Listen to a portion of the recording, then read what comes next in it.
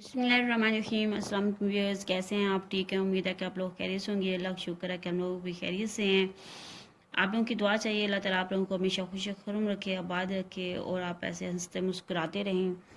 अपने बच्चों और दूसरों को सुनने की आदत डालें। ये दो तरफ़ा फ़ायदा है। हमें वालिदैन की बड़ी ज़रूरत है, उन्होंने अगले दिनों में बूढ़ा होना है, उन्हें हमारी बड़ी ज़रूरत है। कल को हमने बूढ़े होना है, हमें बच्चों की बड़ी ज़रूरत होती है। अगर बच्चों और वालिदैन के दरमियान कम्युनिकेशन नहीं है, हमने अक्सर देखा है कि माँ बाप बच्चों के साथ लाडलियाँ करने को कम्युनिकेशन कहते हैं।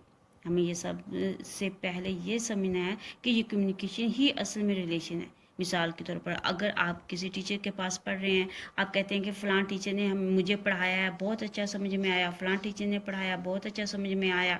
आपके दिल में और दिमाग में एक तासुर बन गया, और वो क्या है? एक रिलेशन है।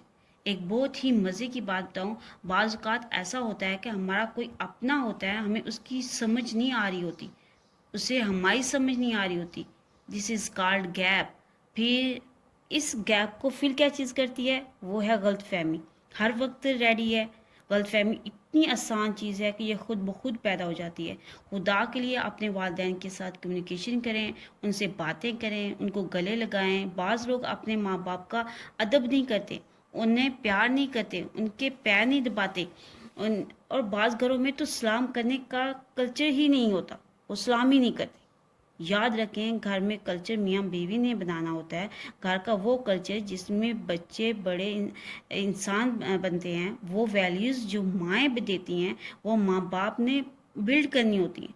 ये सब नसीहत के साथ नहीं होता। अक्सर वालिदैन कह रहे होते हैं कि खपरे होते हैं, हम सब कुछ जो है वो अच्छा कहते हैं, फिर भी नहीं सुनते। मैं ये कहती हूँ कि हमने जो घर में माहौल बनाया हुआ है, इसमें उन्होंने तरक्की नहीं करनी। माहौल और जो तरबियत का एक इन्वायरमेंट है, उसकी पहली निशानी है बाहमी रिस्पेक्ट, उसकी निशानी है एक दूसरे का एहतराम। ये सब कुछ दिखावा ना हो, दिल से हो। यार इसकी एक वैल्यू है, इसकी एक अहमियत है, हर बंदे की एक वैल्यू और एहतराम है। घर में चाहे छोटा हो या बड़ा हो, अगर कल्चर और चीज़ें कम्युनिकेशन को बिल्ड करते हैं, तो फिर ये समझना आसान हो जाता है कि जो मैं कर रहा हूँ।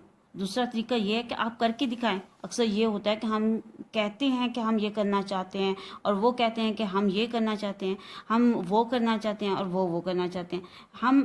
हम भी नहीं करके दिखा सकते, हम नाकाम हो जाते हैं। फिर वो कहते हैं कि आप तो खुद नाकाम कितनी दफ़ा हुए हैं।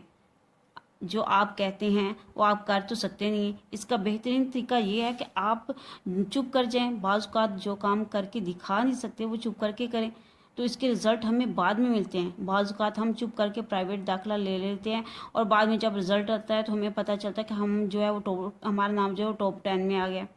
मसला हमारा मसला ये है कि हम जांफशानी के साथ वो करके नहीं दिखा सकते। इसलिए मैं कहती हूँ कि बंदे की मेहनत से ज़्यादा उसका नतीजा बोलता है। अपने नतीजों को इजाज़त दें कि वो जवाब दें। अपने गोल्स और रिज़ल्ट को इजाज़त दें कि वो आपका जवाब दें, आपके हिस्से का जवाब दें। खुद जवाब नहीं देना चाहिए। कुछ चीज़ों का जवाब ज़ुबान से होता ही नहीं है। आप एक घड़ी की मिसाल ले लें, ये एक लोहे का एक छोटा सा टुकड़ा है, या अगर आप एक छोटा सा टुकड़ा सिरके का ले लें, तो या कुछ ग्राम का ले लें, तो आप देखें कि उसकी कीमत जो है वो 70 रुपये 100 रुपये से ज़्यादा नहीं होगी। अगर हम इस टुकड़े से छोटा सा काबला बना लेते हैं, तो वो 150-200 में आराम से जो है वो बिक जाता है। और अगर इस टुकड़े से हम रेंच या पेचकस बना लें, तो वो 400-500 का बिक जाएगा। अगर इसी टुकड़े से हम घड़ी बनाएं, तो 5 लाख की भी बिक जाती है। लोया तो वही था, इसका कलर और मालियत जो हालत जो है वो इतनी अच्छी बन गई है, और इतनी इफ़ेक्टिव बन गई है, वो इतनी वाटर प्रूफ हो गई है, वो इतनी शाइनी और ग्रेस उसकी इतनी हो गई है कि उसकी कीमत इतनी होगी। तो जनाब, अपनी कीमत आपको खुद लगवानी है, वैल्यू आप खुद बनानी पड़ती है। दुनिया में सारे लोग काम कर रहे हैं, महंगा वो होगा जो महंगा है, और सस्ता वो बिकेगा जो सस्ता है। ये अपनी वैल्यू खुद डिफाइन करनी होती है, और एक ही तरीका है अपनी वैल्यू डिफाइन करने का, वो है काबिलियत। नो वे आप डिग्रियों के ढेर लगा दें, जो कुछ आप डिग्रियों से जो आप वो कुछ नहीं कर सकते।